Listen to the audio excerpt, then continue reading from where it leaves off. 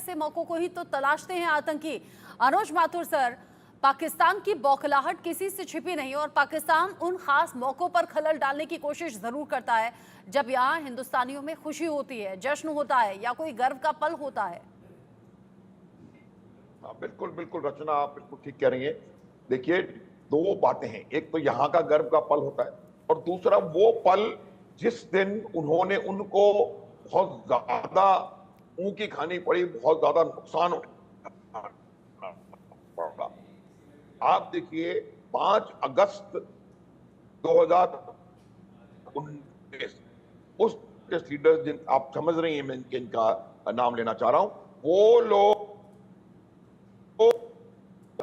370 को आपने हाथ लगाया तो तिरंगे को कंधा देने वाला कोई नहीं मिलेगा। आज वो ही उसी तिरंगे को अपने कंधे पे उठा करके उसी श्रीनगर में घूम रहे हैं।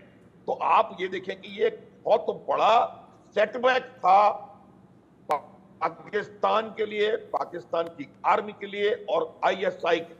तो वो 5 अगस्त को बहुत ज्यादा कुछ ना कुछ एक्टिविटी करना चाहते हैं। आप देखिए, अगस्त का महीना बहुत इंपॉर्टेंट है। ये अमरनाथ यात्रा जारी है अनइंटरप्टेड, कोई कुछ कर नहीं पाए। वो 5 अगस्त की तैयारियां जारी हैं, वो कुछ कर नहीं पाए। 15 अगस्त आने वाला है, तो अब आपको थोड़ा ज्यादा सतर्क रहने की आवश्यकता है। मैं बताता हूं आपको कि जो काउंटर टेररिस्ट डिप्लॉयमेंट ग्रिड होता है उसको स्ट्रेंथन करना है। ये 3 टीयर्स में ये डिप्लॉयमेंट ग्रिड है। आप counter infiltration line of control और इंटरनेशनल बॉर्डर पे कर रखा है। उसके बाद काउंटर टेरर बेसिस बने हुए हैं हिंटरलैंड में और रियर एरिया की सिक्योरिटी है। तो ये तमाम तीनों चीजों को आपस में कोऑर्डिनेट करके और इनको स्ट्रेंथन करके काम कर रहे हैं। आवश्यकता है लगातार जो लोग आ चुके हैं उन पर दबाव बनाए रखना, उनको अपने बिल से बाहर निकालने के लिए बाध्य करना और फिर उनका खात्मा करना। और ये बहुत जल्दी हो जाएगा रचना। आप देखिएगा जिस प्रकार से पीर पंजाल के दोनों ओर दबाव लगातार बढ़ता जा रहा है, उनके ऊपर दबाव बनाया हुआ है, उनको निकलना पड़ेगा। पहली बात। दूसरी बात, 5 अगस्त को कुछ ना कुछ करने के लिए निकलना पड़ेगा और जब वो निकलेंगे वो अपने हाल पे पहुंचेंगे फाइनली। बिल्कुल। पिछले कुछ दिन में जिस तरीके से आतंकी घटनाएं बढ़ी हैं, उसमें अजय ने कुछ एक्सक्लूसिव जानकारी भी हमारे दर्शकों तक पहुंचाई थी और बताया था कि कैसे ट्रेंड जवान पाकिस्तान से भेजे जा रहे हैं और ये एसएसजी से जुड़े हुए हो सकते हैं। आगे बढ़ते हुए एक और अपडेट दर्शकों को हम दे दें। भारतीय सेना को एक बार फिर से बड़ी कामयाबी हाथ लगी है, क्योंकि अलग अलग ऑपरेशंस चल ही रहे हैं। सेना की आरआर यूनिट ने आतंकी हमले को नाकाम किया है। ये राजौरी के कालाकोट में जंगल में आतंकी ठिकानों तक पहुंचे और आतंकी ठिकानों तक पहुंचने से जब वहां से जो गोला बारूद और जो हथियार वहां से मिले हैं, उससे अंदाजा लगा सकते हैं कि कैसे दहशत पैदा करने के इरादे से आतंकियों ने इन सभी साजो सामान को रखा हुआ था। बस एक ठीक मौके की तलाश में थे। सूत्रों के मुताबिक ड्रोन से ये हथियार भेजे जाते थे, सीमा पार से, और उसके बाद ये सभी हथियार यहां पर इकट्ठा थे। आतंकी हमले को लेकर तो अलर्ट है ही। अजय हमारे साथ में जुड़े हुए हैं। पाकिस्तानी सेना और आईएसआई लगातार आतंकी हमले की साजिश रचते हुए, और पिछले ही दिनों बैट का एसएसजी का जिक्र किया ही था अजय ने, और बताया था कैसे एक्सक्लूसिव जानकारी में कि नदी हो, पहाड़ हो, जंगल हो, कैसे ये आतंकी आंखों में धूल झोंक कर, चकमा देकर फरार होने में कामयाब कैसे हो जाते हैं। हर तरह की विपरीत परिस्थितियों में इन्हें रहने की आदत होती है। लेकिन अजय, भारतीय सेना के जो जवान हैं वो भी किसी से कम नहीं, वो भी फुल ट्रेंड और पूरी तरह से जवाब देने में सक्षम, और उसी का ये नतीजा है कि आतंकी ठिकाने तक पहुंच गए सुरक्षा बल और वहां से सब सामान मिला।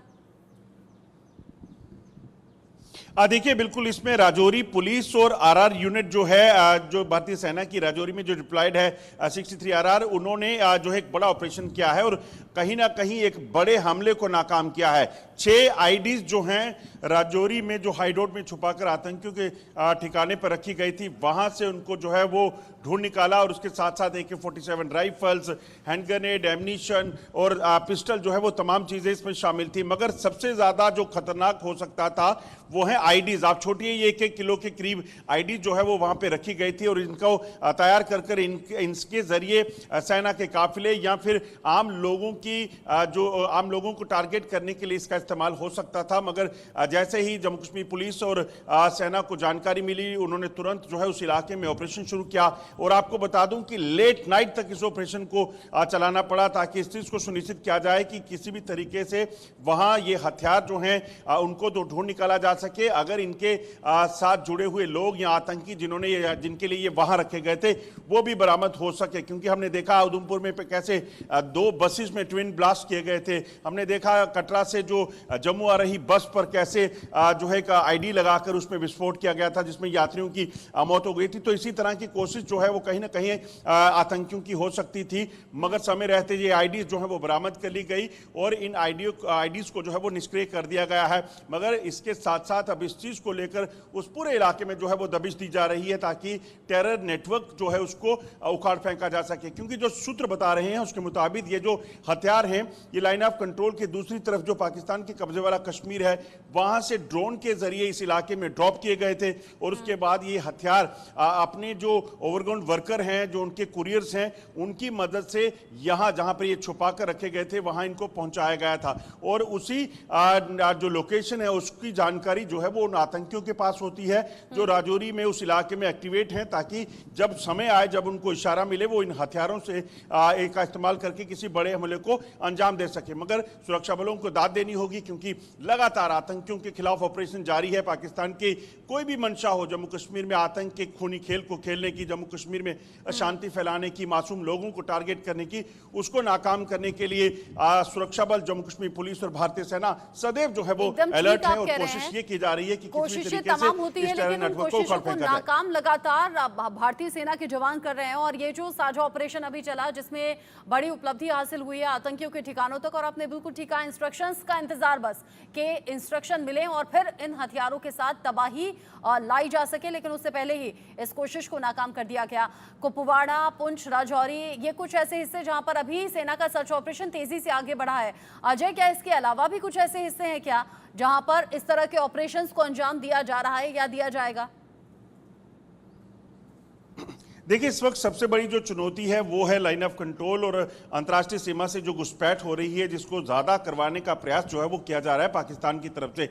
जैसा कुछ दिन पहले जम्मू कश्मीर के पूर्व डीजीपी एसपी वैद ने इंडिया न्यूज पर एक्सक्लूसिवली कहा था कि जो जानकारी है लगभग 500 से 600 एसएसजी कमांडो जो पाकिस्तानी सेना के हैं उनको वहां पर तैयार रखा गया है। कुछ घुसपैठ करके अंदर आ गए हैं इसकी आशंका है और कुछ जो है वहां पर आतंकी हमलों को अंजाम देने या आतंकियों को मदद करने के लिए जम्मू कश्मीर में दाखिल हो सकते हैं, इस चीज़ की आशंका है। तो ऐसे में सबसे पहली प्राथमिकता जो है वो लाइन ऑफ कंट्रोल और अंतर्राष्ट्रीय सीमा पर सतर्कता की है और उसी के चलते आप देखें तो पिछले एक सप्ताह में 4 बैक टू बैक घुसपैठ की कोशिशें कुपवाड़ा, केरन, मचेल और पुंछ में जो है वो नाकाम की गई हैं। और इसी तरह से अंतर्राष्ट्रीय सीमा के सांबा सेक्टर में कल भी एक जो घुसपैठिया था उसको मार गिराया था। तो ये अलर्टनेस है। इसके अलावा आपको बता दूं कि जो सबसे बड़ी चुनौती ये है कि जंगलों में जो छुपे आतंकी हैं उन आतंकियों का सफाया जल्द हो सके, उसको सुनिश्चित करना है, क्योंकि आतंकी हमलों की आशंका सिविलियंस को टारगेट करने का जो कोशिश आतंकी करते हैं, क्योंकि ये ट्रेंड आतंकी एसएसजी कमांडोज हैं, ये वो हैं जिनको पाकिस्तानी सेना ने ट्रेनिंग दी हुई है।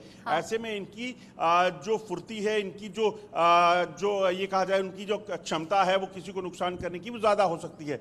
इसीलिए सेना जो है वो एहतियातन ऑपरेशन ये चला रही है कि कहीं ये लोग जो हैं सिविलियन कैजुअल्टी ना करें। अगर आमने सामने की जंग होगी तो इनको धराशायी करने में सेना को कोई समय नहीं लगेगा, मगर जंगल में छुपकर किसी मासूम की हत्या कर देना, जो डांगरी में इन्होंने किया, जैसे बस पर हमला करके 9 यात्रियों की हत्या कर दी, जैसे एक सिविलियन के घर में घुसकर उसको गोली मारकर उसकी हत्या कर दी, इस तरह की हरकतें जो आतंकी कर रहे हैं उस चीज के डर से सेना को एहतियातन जो है ऑपरेट करना पड़ रहा है। और कहीं ना कहीं इस चीज को सुनिश्चित किया जाता है कि जंगल में छुपा आतंकी है या सिविलियन है इसको पहले पहचानना है, ताकि कहीं सिविलियन कैजुअल्टी जो है सेना के हाथों ना हो जाए। एकदम सेना के ठीक आप सामने कह वो रहे हैं। चुनौतियां हैं, वरना सेना इनकी जब जो जब इस क्षमता तरह है, के उससे ज्यादा ऑपरेशंस बेहतर सेना चलाती कर है सकती है। तो जब अगर रिहायशी इलाके में इस तरह के ऑपरेशंस होते हैं तो चैलेंजिंग अलग अलग तरीके से सिचुएशन ये हो जाती है कि कहीं सिविलियंस को नुकसान ना पहुंचे, क्योंकि ऐसे अगर आमने सामने की जंग होती है तो बहुत आसान हो सकता है किसी को भी मार गिराना या ढेर कर देना, लेकिन अगर वहां आसपास सिविलियन है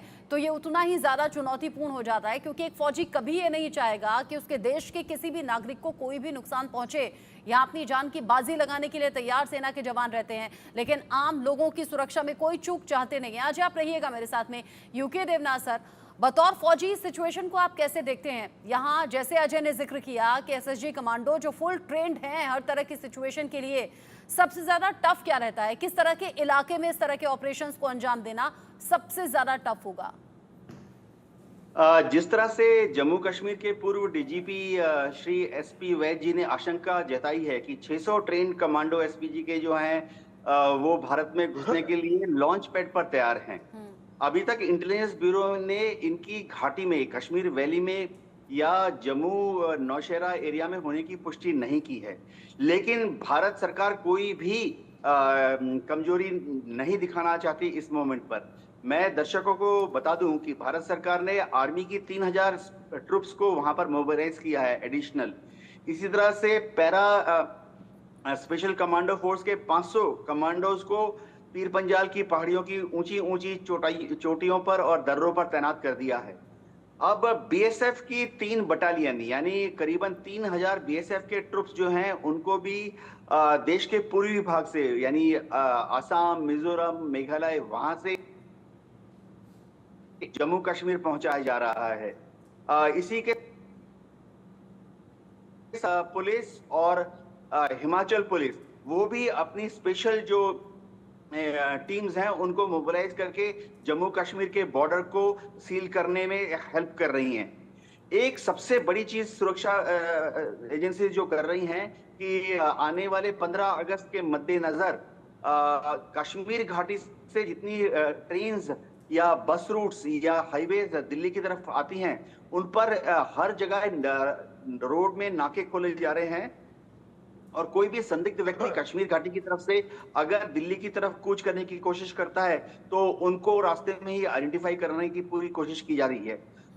आज इलेक्शन कमीशन के जो ऑफिसर्स हैं वो जम्मू कश्मीर जा रहे हैं ये सुनिश्चित करने के लिए कि कश्मीर में माहौल पैदा किया जाए जिसमें कि सितंबर के महीने में ही वहां असेंबली इलेक्शन करा दी जाए। तो अब इलेक्शन कमीशन ने और भारत सरकार ने, गृह मंत्रालय ने तय कर लिया है कि जम्मू कश्मीर में सुरक्षा सिचुएशन में बहुत इंप्रूवमेंट करनी है ताकि असेंबली इलेक्शन किसी भी तरह से 30 सितंबर के बाद टाले ना जाएं। जी, अभी हाल ही में हमने करगिल विजय दिवस मनाया है। अनुज माथुर सर,